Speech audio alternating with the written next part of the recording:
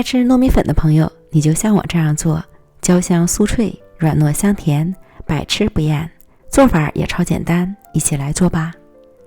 首先准备200克糯米粉，加入50克玉米面，3克酵母，15克白糖，320克牛奶，将所有食材混合均匀，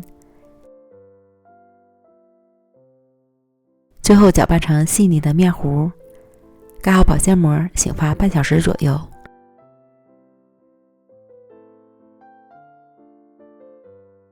醒发至内部全都是大量的小气泡，搅拌排气。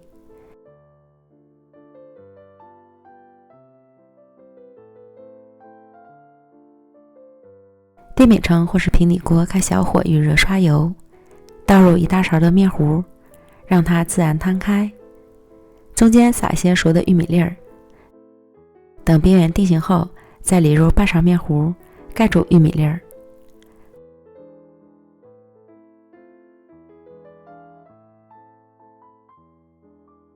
盖上盖子焖一会儿，等边缘出现焦边，表面定型后，翻烙另一面。